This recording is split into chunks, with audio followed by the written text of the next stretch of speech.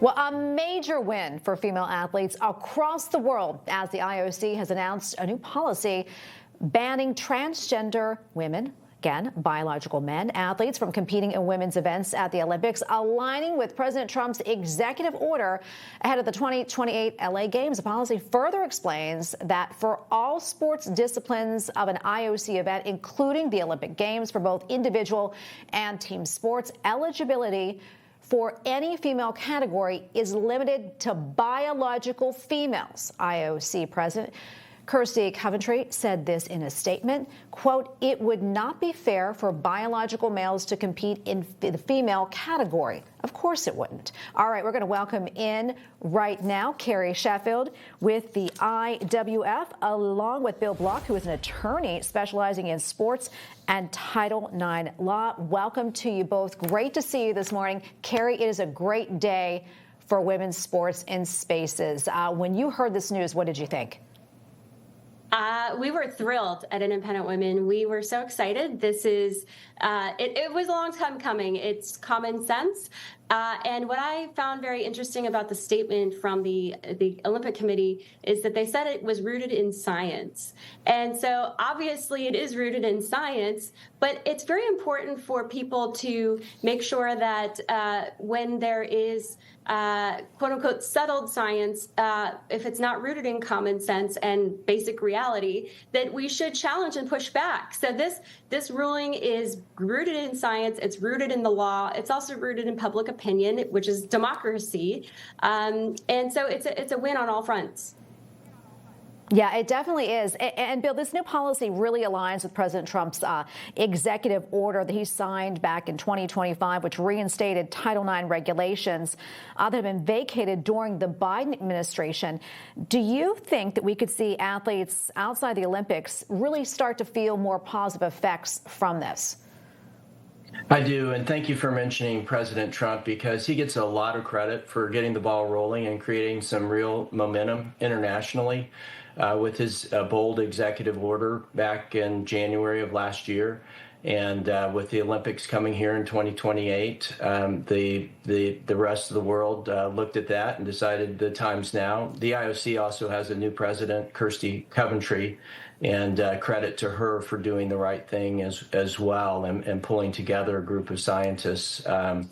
But I do think that this will create momentum in other areas. The NCAA policy is significantly deficient when you compare it to the new IOC policy. The IOC now requires sex verification testing, which is merely a cheek swab, easy to do to protect the rights of women, and that needs to be done by the NCAA and frankly all other sports governing bodies in the United States, so that we can once and for all have fair, level playing field for women in sports in the United States as well as around the world and in the Olympic Games. Yeah, absolutely. And, you know, guys, for years, Democrats have denied the physical advantages that biological males have over women in sports. Even if they take hormones to suppress their testosterone in their bodies, we know that doesn't do the trick. This is what the IOC president had to say about this new policy. Listen. The scientific evidence is very clear. Male chromosomes give performance advantages in sports that rely on strength, power, or endurance. At the Olympic Games, even the smallest margins can be the difference between victory and defeat. So it's absolutely clear that it would not be fair for biological males to compete in the female category. In addition, in some sports, it would simply not be safe. And Carrie, we have seen that time and time again, women getting hurt by biological men competing. So why does the left continue to push this? Well, it's a Marxist political agenda. That's what it is. It's rooted in Frankfurt, the so-called Frankfurt School, which created critical theory. It's the idea that the world is divided between oppressors and the oppressed, and that people who are in the male category are going to be the oppressors.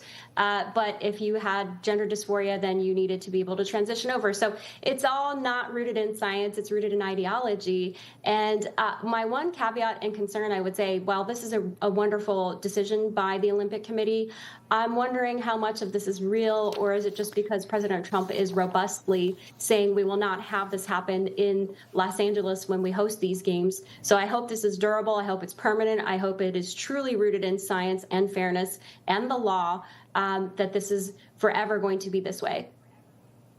Yeah, and that's a good question to bring up. Bill, I want to ask you this question.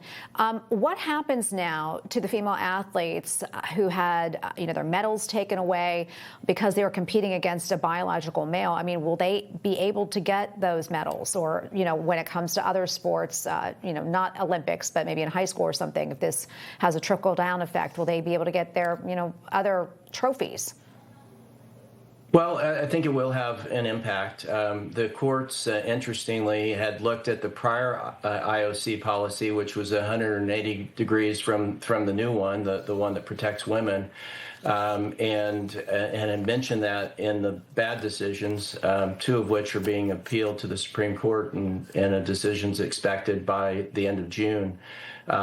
So, yes, I think that there is hope for some resetting of wrongs, maybe elimination of records representing Riley Gaines and 19 other athletes in a lawsuit against the NCAA currently related to the 2022 championships, when a male swimmer from the University of Pennsylvania competed and won an NCAA national championship, beating four Olympians in that women Olympians in that race. So hopefully those wrongs will, over time and through the court system, be rectified. But again, the importance is that the courts look at truth and biology, not at ideology, as has already been stated, which is really the basis for trying to include men who state that they identify as transgender or as female in the women's category. So if we keep our focus on fairness and we keep our focus on biology, then some of these wrongs can be righted. Yeah, absolutely. A big win, though. We appreciate both of you being here. Thank you so much for weighing in, Bill and Carrie. God bless. Thank you. God bless. Information. Truth is freedom. Is Newsmax. It's real news for real people.